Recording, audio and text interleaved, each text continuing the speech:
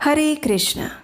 वृंदायै तुलसीदेव्यायै प्रियायै केशवस्य च कृष्णभक्तिप्रदे देवी सत्यवत्यै नमो नमः।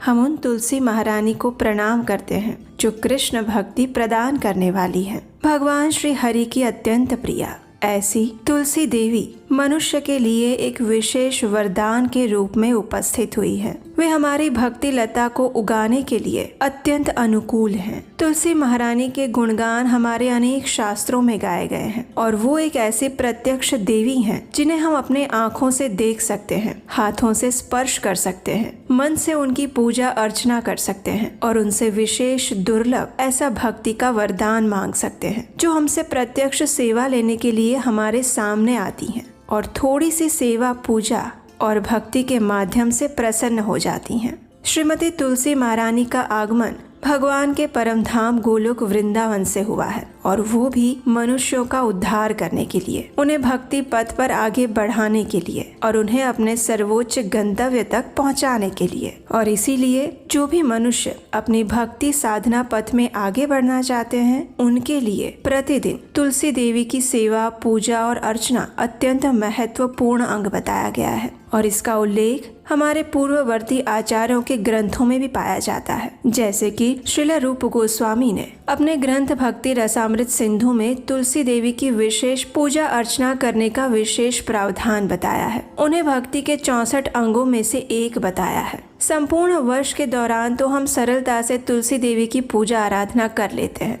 लेकिन समस्या तब आती है जब सर्दियों का समय शुरू हो जाता है और ऐसे सर्दियों के समय में कई बार हम देखते हैं कि हमारे तुलसी के गमले में जो पौधे होते हैं या तो वो सूख जाते हैं या फिर उसमें काले रंग के कीड़े लग जाते हैं। कई बार तुलसी देवी तो अदृश्य ही हो जाती हैं, ना तो उनकी मंजरियां दिखती है और ना ही पत्ते। तो वैसे शीतकालीन समय में तुलसी देवी की पूजा अर्चना कैसे करनी चाहिए, कैसे हम उनकी विशेष रूप से देखभाल रख सकते हैं और क्या कारण है कि ऐसी ऋतु में तुलसी के पौधे अक्सर सूख जाते हैं, इन सभी बातों पर आज हम चर्चा करेंगे। आज के हमारे इस विशेष वीडियो में हम जानेंगे कि सर्दियों के समय में किस प्रकार हम तुलसी महारानी की देखरेख रख सकते हैं, कैसे हम उनकी सेवा पूजा कर सकते हैं ताकि इस शीतकालीन ऋतु में भी वे स्वस्थ रह सके और हम उनकी निरंतर भक्ति कृपा को प्राप्त कर सके। तो चलिए आज के इस वीडियो को आरंभ करते हैं।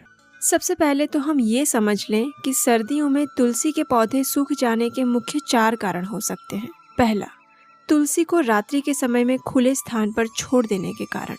दूसरा, तुलसी के पौधे को योग्य मात्रा में सूर्य प्रकाश और हवा न मिलने के कारण। तीसरा, बहुत अधिक या बहुत कम पानी मिलने के कारण। और चौथा, इस ऋतु में लगने वाले कीड़ों के कारण। तो चलिए अब हम ये देखते हैं कि इसका समाधान क्या है।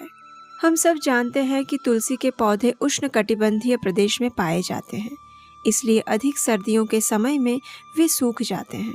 सबसे पहले तो जब सर्दियां बढ़ जाएं और शीत लहरें तीव्र हो जाएं, तो तुलसी को कभी भी बाहर खुले स्थान पर ना छोड़े।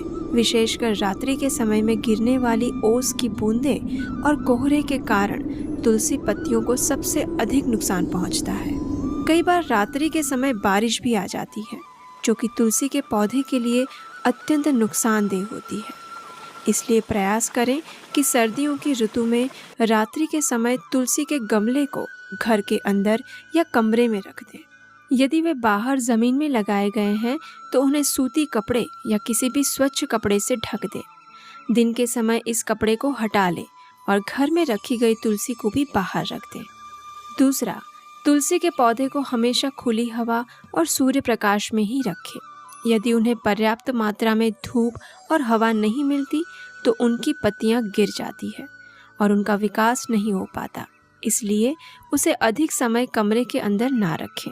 दिन के समय उसे पर्याप्त मात्रा में हवा और रोशनी मिले ऐसी व्यवस्था करें।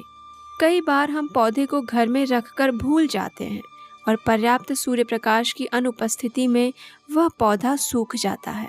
इसलिए पौधे को समय समय पर धूप देना ना भूलें। तीसरा, शीत ऋतु में तुलसी के पौधे को अधिक पानी की आवश्यकता नहीं होती, इसलिए उसमें उतना ही पानी डालें जिससे कि मिट्टी गीली हो जाए और उसकी जड़ें नम रहें। तुलसी के गमले में या ज़मीन में अधिक पानी भर देने के कारण भी पौधे को नुकसान होता है, इसलिए निश्चित मात्रा में ही पानी दें। दूसरे दिन जब आप तुलसी को पानी देने जाएं तो उसकी सतह ज़्यादा सूखी भी नहीं होनी चाहिए और ज़्यादा गीली भी नहीं होनी चाहिए।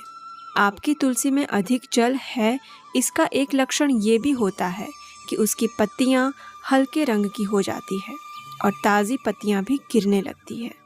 चौथा, तुलसी का पौधा मिट्टी के द्वारा श्वास लेता है, इसलिए कुछ समय बाद मिट्टी कठोर हो जाती है और जल सोखने की उसकी क्षमता पर इसका प्रभाव पड़ता है। परिणाम स्वरूप जड़ में हवा का आवागमन रुक जाता है।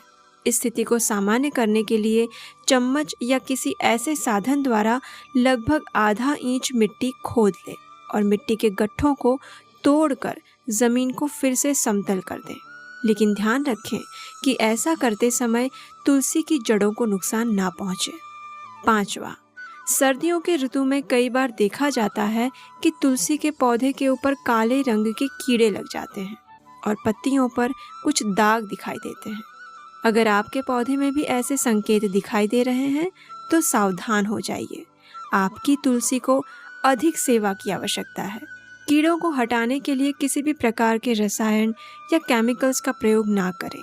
सबसे अच्छा होगा यदि आप नीम का पानी इन पौधों पर छिड़कें और उसे नियमित रूप से पाइप या फव्वारे से पानी द्वारा धोते रहें। इस प्रकार पत्तियों को धोते समय पत्तियों के निचले हिस्से का भी ध्यान रखें, क्योंकि वहीं पर अधिक मात्रा में कीड़े पनपते हैं। छठा, तुलसी के पौधे में जो सूखी मंजरियां लगी हुई है उन्हें तुरंत निकाल लें। सूखी हुई मंजरियां तुलसी देवी का बोझ बढ़ाती है और इसलिए उन्हें हाथ से सावधानी पूर्वक निकाल लेना चाहिए। सातवीं और सबसे महत्वपूर्ण बात, तुलसी की पत्तियों तथा मंजरियों का प्रयोग केवल भगवान को भोग अर्पित करने के लिए ही करना चाहिए और किसी भी कार्य के लिए हमें तुलसी दल नहीं तोड़ने चाहिए। तुलसी की पत्तियों को चबाना, उबालना, पीसना या तोड़ना अपराध है। तुलसी की पत्तियों को किसी भी समय पर ना तोड़ें। दिन में केवल एक ही समय अपनी आवश्यकता अनुसार तुलसी दल तोड़ लें। सुबह 7 से 9 बजे का समय तुलसी को जल देने के लिए और पत्तियां तोड़ने के लिए आदर्श माना गया है। और अंत में आपका बोनस पॉइंट, तुलसी देवी कोई साधारण पौधा नहीं, अपितु साक्षात भगवान श्री कृष्ण के शुद्ध भक्त हैं। इसलिए उनकी सेवा व्यक्तिगत रूप में होनी चाहिए। जहाँ भगवान श्री कृष्ण की भक्ति होती है और जहाँ धर्म के 4 नियमों का पालन होता है, वहाँ तुलसी देवी सदा निवास करती है। इसलिए भगवान के प्रति आपकी भक्ति में जितनी तीव्रता और निष्ठा बनी रहेगी ना, उतनी ही तुलसी देवी की कृपा आप पर बनी रहेगी और वे कभी भी आपके घर को छोड़कर नहीं जाएगी। तो चलिए, इन कुछ बातों का ध्यान रखते हुए इस शीत ऋतु में भी तुलसी देवी की प्रेम और सावधानी पूर्वक सेवा करते हैं।